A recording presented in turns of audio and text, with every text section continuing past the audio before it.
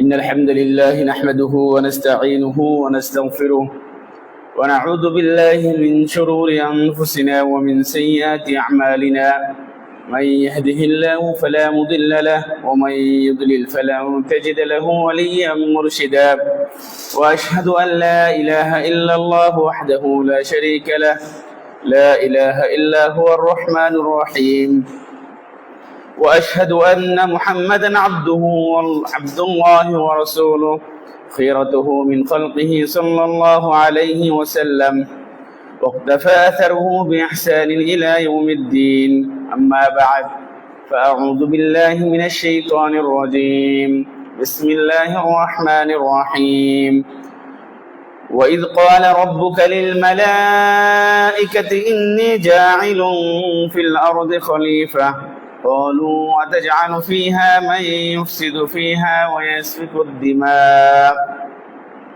ونحن نسبح بحمدك ونقدس لك قال إني أعلم ما لا تعلمون آخره মহান রব্বুল আলামিনের শুকরিয়া আদায় করি যে রব্বুল আলামিন আমাদেরকে প্রতি সপ্তাহে নেই এই পবিত্রতম দিনে তার কথা শোনার বলার এবং রাসূলের কথা শোনার তৌফিক দিয়েছেন। সে রব্বুল আলামিনের শুকরিয়া আদায় করি আলহামদুলিল্লাহ। তোমার দুরূদ ও সালাম বর্ষিত হোক আমাদের প্রিয় হাবিব প্রিয় নবী যার আদর্শ আমাদের আদর্শ নবী সাল্লাল্লাহু আলাইহি ওয়াসাল্লাম আমাদেরকে জীবনের প্রতিটি মুহূর্তে আমাদেরকে তিনি শিক্ষা দিয়ে গেছেন সৎ পথে থাকার, অসৎ পথ থেকে বেঁচে থাকার, সুন্নতের পথে থাকার, জান্নাতের পথে থাকার। সেই নবীর প্রতি দরুদ পড়ি সাল্লাল্লাহু আলাইহি সাল্লাম। সম্মানিত উপস্থিতি, আপনাদের সামনে যে আলোচনা করবো সেটা হলো মানব জাতির সূচনা, অর্থাৎ মানব সৃষ্টির সূচনা আর কি। এগুলো আল্লাহ তাআলা তার কোরআনে বিভিন্ন জায়গায় বর্ণনা করেছেন। মানব জাতির যদি এগুলো শুনলে তাদের সৃষ্টি সম্পর্কে একটু ধারণা হবে, আল্লাহর বরত্ব সম্পর্কে, মহত্ব সম্পর্কে মানুষ জানতে পারবে কিভাবে মানুষের সৃষ্টির সূচনা হলো, পরবর্তীতে আমরা কি রূপে আসি। তো আল্লাহ তাআলা সূরা বাকারায় তিনি বলেছেন যে ওয়াইদ ক্বালা রাব্বুকা লিল মালাইকাতি ইন্নী জাইলুন ফিল আরদি খলিফা, অর্থাৎ মানব সৃষ্টির আগে কি ছিল? ফেরেশতা ছিল, তারপরে জিন জাতি ছিল, জিনেরা তারা আল্লাহ তাআলার ইবাদত করত। জিনদের মধ্যে কি তারা খারাপ কাজ করত, ভালো কাজ করত, কিন্তু ফেরেশতারা লা ইয়াসুন আল্লাহ মা আমারহুম, আল্লাহ তাআলার আদেশের কখনো কি করত না? বিরোধিতা করত না, অমান্য করত না, আদেশের কখনো তারা মুখালিফ করত না ফেরেশতারা।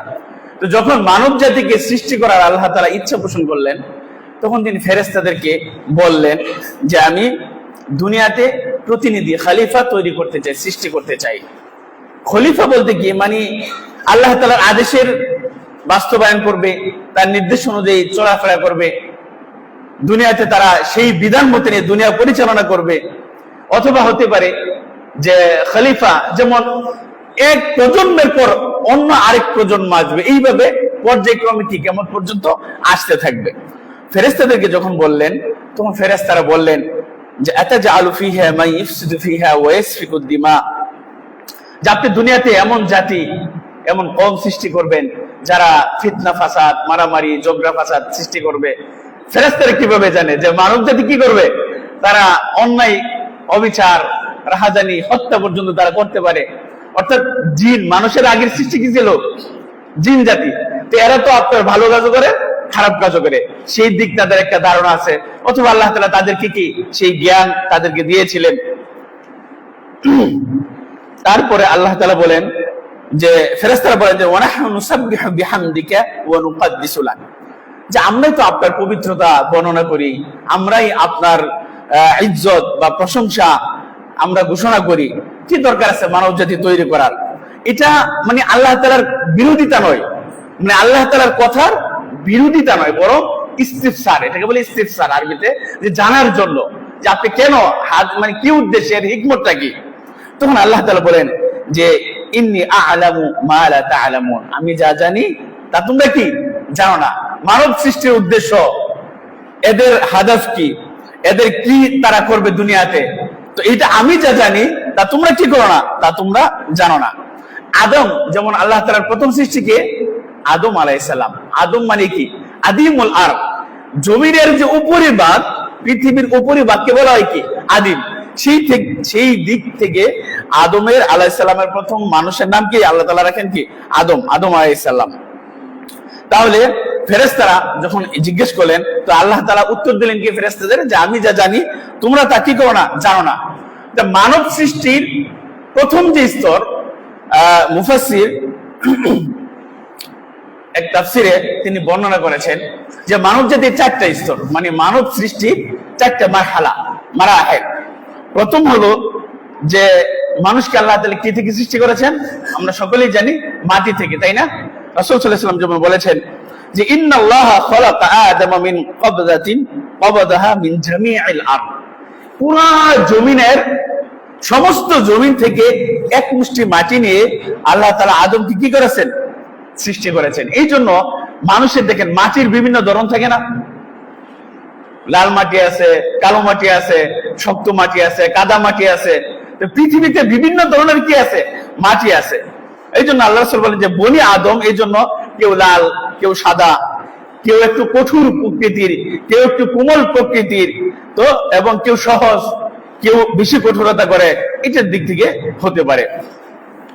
তো মানব জাতি সৃষ্টির প্রথম স্তর হলো যে মানুষকে আল্লাহ তাআলা মাটি থেকে সৃষ্টি করেছেন, এটা প্রথম স্তর।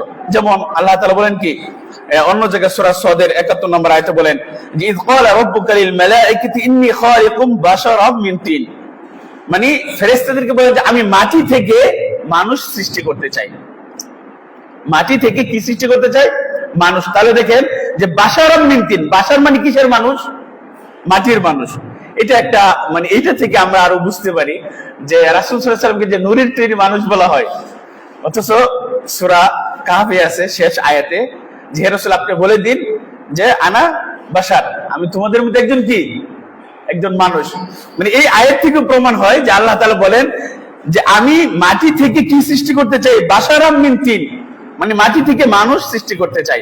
ফাইদা সাওয়াইতুহু ওয়া নাফাখতু ফীহি মির রূহি ফাকউ লাহু সাজিদিন, যখন আমি মানে আকৃতি একটা মানুষ সৃষ্টি করার পরে আকৃতি দান করব, সুঠাম করব, একটা অবয়ব যখন আমি দান করব, তার ভিতরে যখন আমি রূহ ঢেলে দিব, নিক্ষেপ করব, তখন তার সম্মানে তোমরা কি করবা, সকলেই সিজদায় অবনত হয়ে যাবা।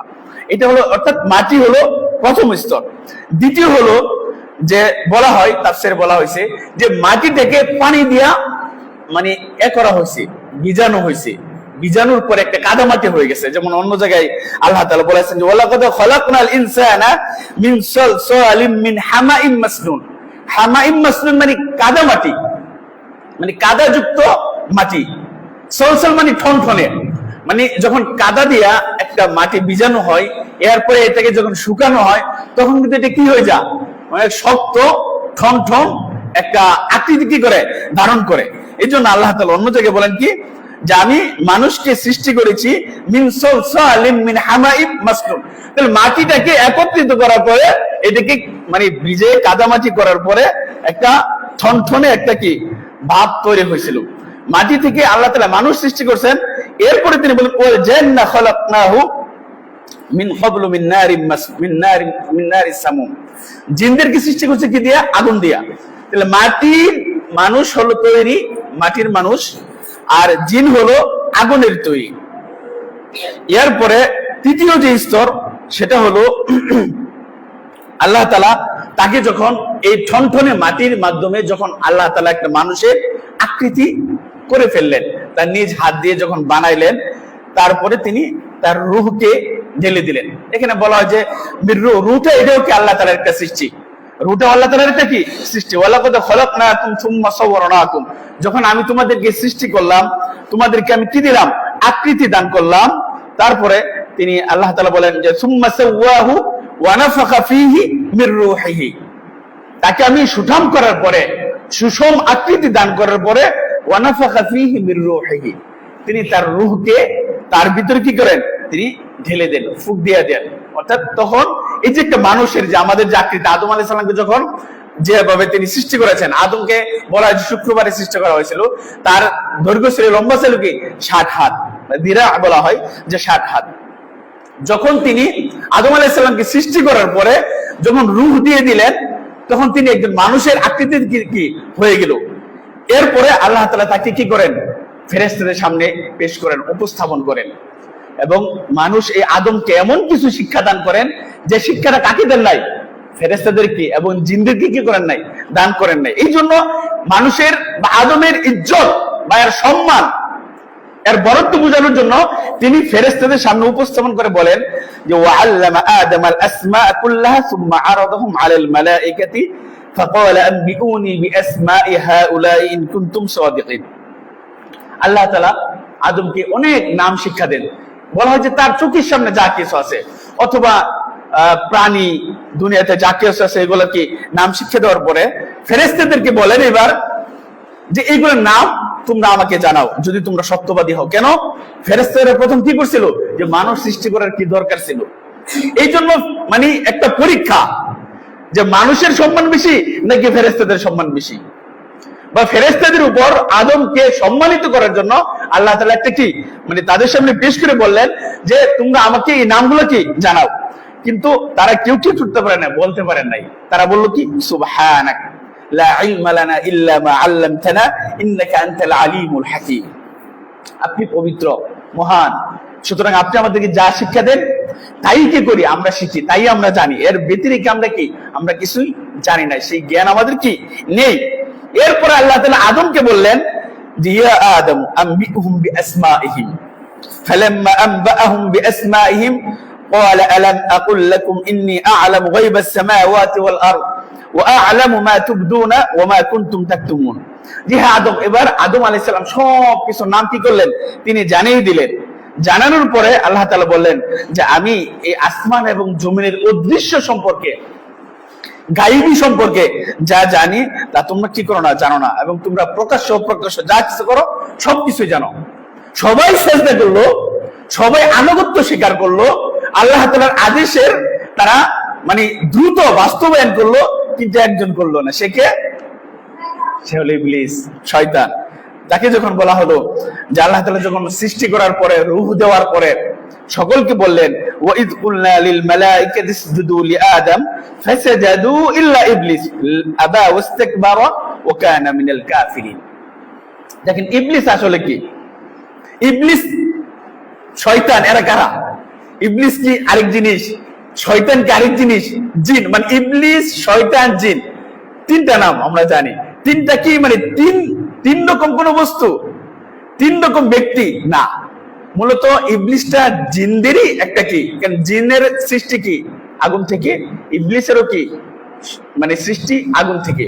তো কিন্তু জিনদের মধ্যে সে ইবাদত করতে করতে এমন একটা পর্যায়ে চলে গেছিল যে সে ফেরেশতাদের সাথে কি থাকতো, ওঠা বসা করতো।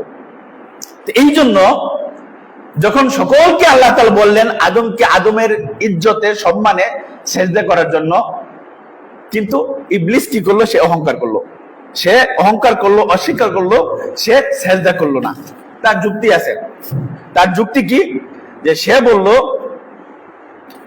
যে আমাকে সৃষ্টি করা হয়েছে কি থেকে, আগুন থেকে, আর আদমকে সৃষ্টি করা হয়েছে কি থেকে, মাটি থেকে। সুতরাং মাটির চেয়ে আগুনের মর্যাদাটাকে একটু বেশি। আল্লাহ তাআলা যখন বললেন যে ইয়া ইবলিস মা মানাআকা আন তাসজুদা লিমা খলাকতু বিয়াদাই আস্তাকবারতা আম কুনতা মিনাল আলিন, যে আমি যে হাত দিয়ে আদমকে সৃষ্টি করেছি, এমন কোন জিনিস তোমাকে নিষেধ করলো, বাধা দিল তাকে সিজদা করতে? তুমি কি অহংকার করলা, নাকি তুমি অনেক উচ্চ মর্যাদা সম্পন্ন কোনো ব্যক্তি? তখন সে বলল ওয়ালা আনা খায়রুম মিনহু খলাকতানি মিন নারি ওয়া খলাকতাহু মিন তিন। দেখেন মানুষের বিবেক যখন মানে যুক্তি দিয়ে সবকিছু কি হয় না, যুক্তি দিয়ে সবকিছু হয়, যুক্তির উপর দিন নির্ভর করে না। সে যুক্তি দিল কি, যে আমাকে সৃষ্টি করা হয়েছে আগুন থেকে আর আদমকে সৃষ্টি করা হয়েছে মাটি থেকে।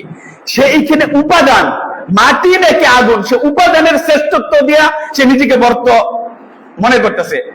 অথচ আল্লাহ তাআলার যেটা আদেশ, এটা সে কি করে নাই, বাস্তবায়ন করে নাই। অথচ কারা বাস্তবায়ন করলো? ফেরেশতারা বাস্তবায়ন করলো।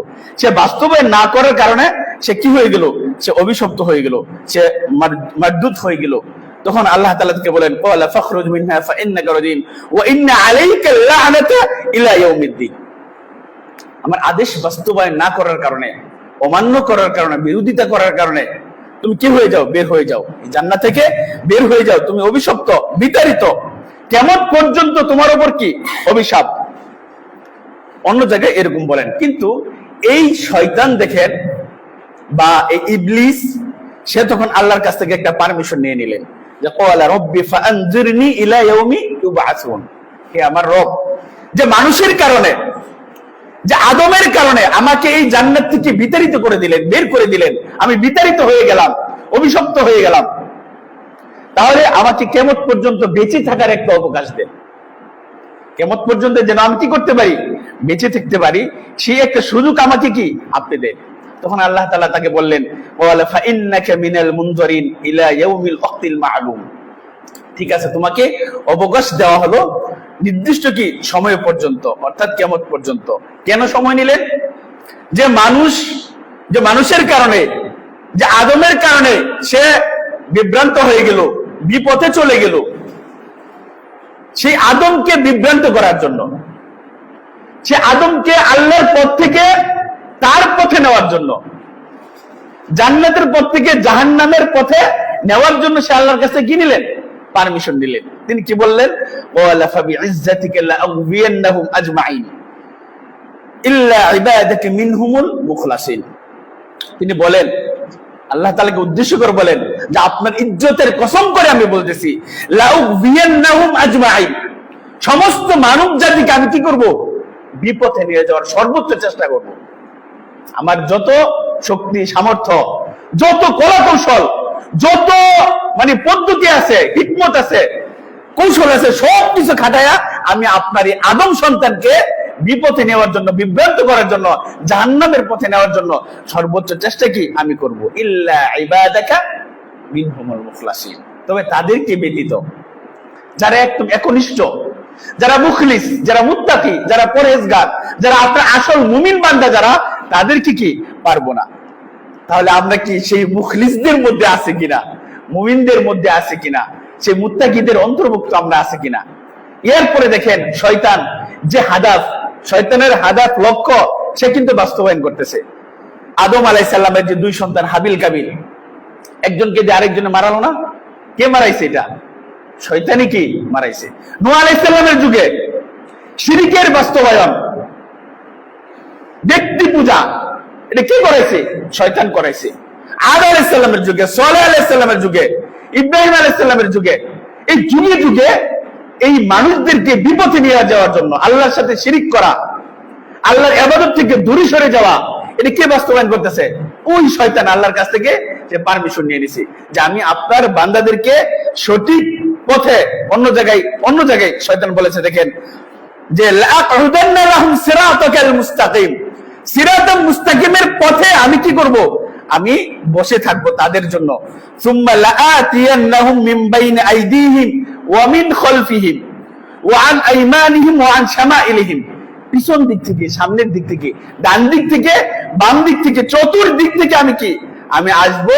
ওয়ালা তাজিদু আকসারাহুম শাকিরিন, আপনি আপনার এই বান্দাদের মধ্যে থেকে খুব কমই পাইবেন যারা কৃতজ্ঞতাশীল বান্দা।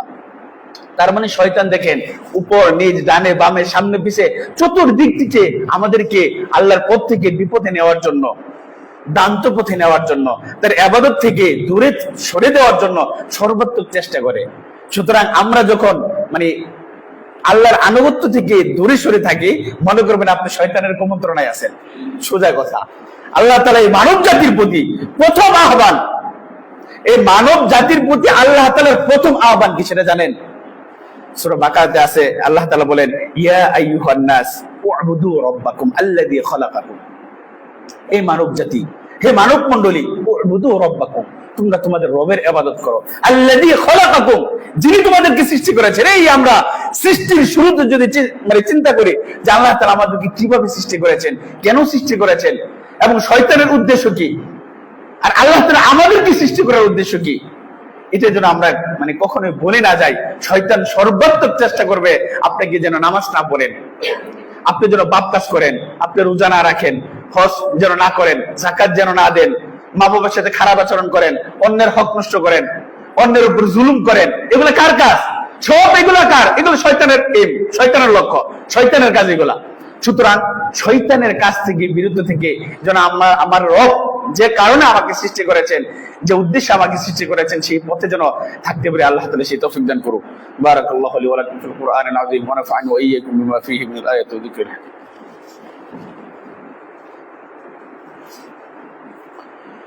إن الحمد لله نحمده ونستعينه ونستغفره ونؤمن به ونتوكل عليه ونعوذ بالله من شرور أنفسنا ومن سيئات أعمالنا. إن الله وملائكته يصلون على النبي يا أيها الذين آمنوا صلوا عليه وسلموا تسليما. اللهم صل على محمد وعلى آل محمد كما صليت على إبراهيم وعلى آل إبراهيم إنك حميد مجيد. اللهم بارك على محمد وعلى آل محمد كما باركت على إبراهيم وعلى آل إبراهيم إنك حميد مجيد. اللهم أعز الإسلام والمسلمين، اللهم أعز الإسلام والمسلمين، اللهم أذل الشرك والمشركين، اللهم أعداء الدين، اللهم اغفر للمؤمنين والمؤمنات الأحياء منهم والأموات إنك مجيب الدعوات. ربنا آتنا في الدنيا حسنة وفي الآخرة حسنة وقنا عذاب النار. ربنا ظلمنا أنفسنا وإن لم تغفر لنا وترحمنا لنكونن من الخاسرين. رب ارحمهما كما ربياني صغيرا، رب ارحمهما كما ربياني صغيرا. سبحان ربك رب العزة عما يصفون وسلام على المرسلين والحمد لله رب العالمين. قوموا للصلاة.